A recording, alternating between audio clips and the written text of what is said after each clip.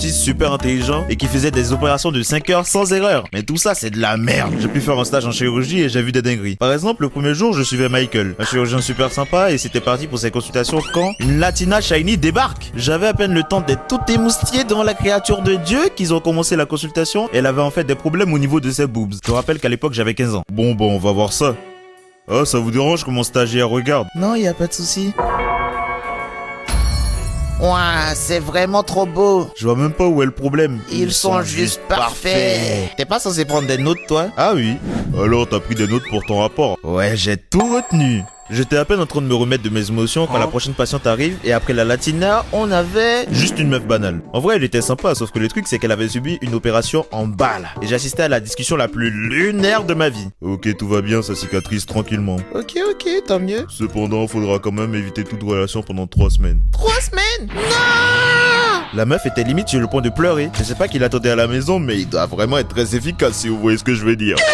Après l'avoir calmé, on a enchaîné et étonnamment, je vois un couple de petits vieux trop mignons spawn. Là, on m'explique qu'ils avaient fait une biopsie. Mais c'est quoi une biopsie, Ronis? Et qui écrit ce script? Une biopsie, c'est quand on prélève un échantillon du corps, dans ce cas-ci une partie de la peau de la dame, et on l'analyse. J'en ai vu plusieurs et c'est trop stylé quand ils coupent la chair et... Malheureusement, je dois vous le dire, vous avez un cancer, madame. Encore? C'est pas si grave. Comment ça encore? Elle a l'air de bien le prendre. Oh, vous savez, ma femme a déjà eu 2 cancers de la peau. Oui, et un du sein et de l'utérus. Vous savez, c'est des choses qui arrivent. Eh bien, heureux que vous le preniez comme ça. On va programmer une opération et ça va s'arranger. Waouh! Je pense que ce couple en partie change ma vie, parce que leur aptitude à relativiser et à vivre bien malgré tout, c'est juste fou. Soyons reconnaissants d'être en bonne santé, c'est Dieu qui donne. Hello! Constance! Ronis? Littéralement une de mes potes du lycée qui vient en consultation. C'était assez drôle parce qu'il y avait sa mère aussi, mais heureusement il venait pour un petit truc de rien du tout. Non mais vous imaginez le contraire. Eh salut Constance!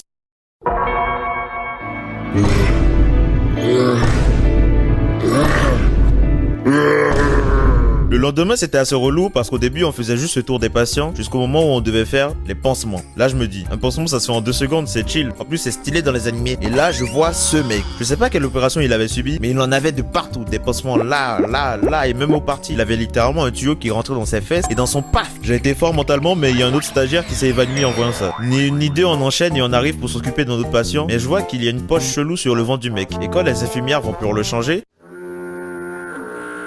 fais pas attention à l'odeur, c'est du caca. Pardon? En gros, pour une certaine raison, ils ont sorti une partie de l'intestin du mec en dehors du ventre pour que le caca sorte par là et pas par les fesses. Du coup, on met une poche pour recevoir le caca et il faut la changer régulièrement. Je respecterai à jamais le travail des infirmières. Nous voilà au moment fatidique, le bloc opératoire. En vrai, c'était assez chill parce qu'on se lave les mains avec Inès, sa chirurgienne, on s'habille tranquille et... Docteur, un bras cassé, faut agir vite. En 2 secondes, on se retrouve devant ce mec et premier degré, son bras était comme ça. Là, tu te dis, ok, l'opération va être délicate et minutieuse, sauf qu'elle incise le bras cassé et elle a littéralement recollé les 2 parties de l'os directement à la main dans la chair du mec. C'était le truc le plus archaïque que j'ai vu de ma vie. En plus, je sais pas pourquoi, mais après, ils ont utilisé des ondes cheloues avec un appareil et du coup, ils portaient des combis spéciales pour se protéger des ondes. Et j'étais carrément obligé de sortir de la pièce parce que si je restais trop proche des ondes sans combinaison, j'aurais pu avoir des effets de fou.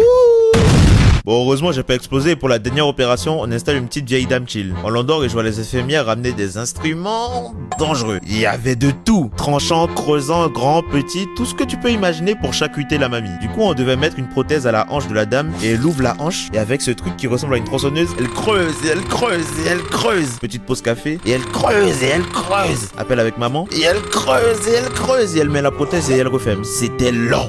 Tous ces gens qui luttent pour le bien des autres, c'est extraordinaire. C'est décidé, je vais devenir chirurgien. Ronis abandonnera l'idée de la chirurgie et de la médecine tel le lâche pour l'animation. C'est pour ça qu'il a pas de meuf.